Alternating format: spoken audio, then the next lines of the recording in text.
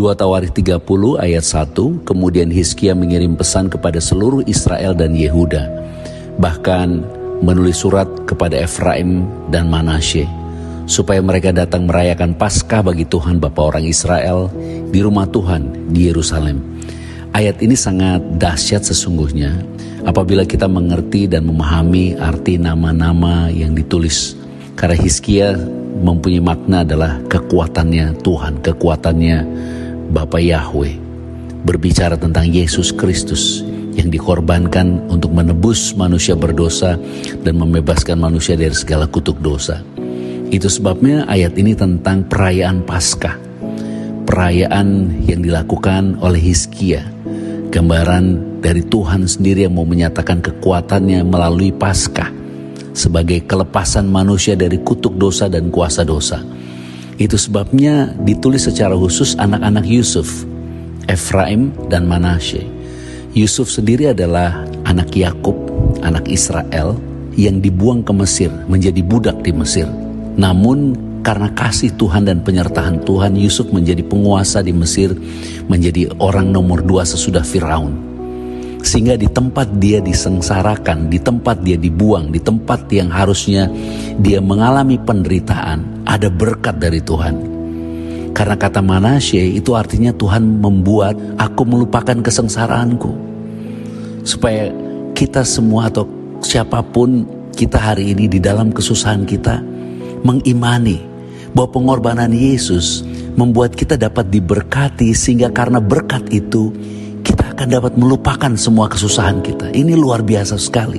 Dan itu terjadi karena Paskah, karena korban penebusan yang dilakukan Yesus Kristus.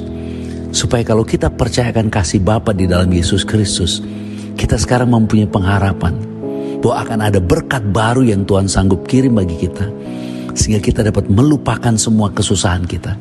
Supaya kalau hari ini ada yang lagi susah, lagi mengalami banyak tekanan ataupun tantangan kehidupan, mari beriman dan memiliki pengharapan. Karena berkat Tuhan yang Tuhan berikan di dalam Kristus yang telah menderita ganti kita, sanggup memberkati kita sehingga kita dapat melupakan semua kesengsaraan kita. Ini luar biasa. Dan Efraim memberi arti fruitful, berbuah. Padahal Yusuf di Mesir adalah gambaran orang yang terbuang dan sengsara, yang harusnya mengalami kematian. Tetapi karena penyertaan Tuhan, Tuhan memberi dia berkat anak Efraim yang artinya berbuah. Dan ini digambarkan di dalam konteks Hizkia merayakan Paskah. Supaya kita memahami kekuatan yang dari Tuhan, yaitu Yesus yang dikorbankan karena kasih yang begitu besar, membuat kita yang harusnya mengalami kutuk, mengalami penderitaan, mengalami kematian, justru akan bertumbuh, hidup dan berbuah. Semua karena anugerah, semua karena kasih. Supaya kalau kita sekarang pun mengalami tantangan di mana kita seperti ada jalan buntu, seperti ada tantangan yang tidak dapat membuat kita berhasil, hari ini ada pengharapan. Karena pengorbanan Yesus Kristus, dia dapat merubah kutuk menjadi berkat, bahkan yang mati menjadi hidup dan dapat berbuah. Semua karena anugerah, semua karena iman kepada Yesus Kristus dan bukan karena perbuatan baik. Percayalah akan hal ini.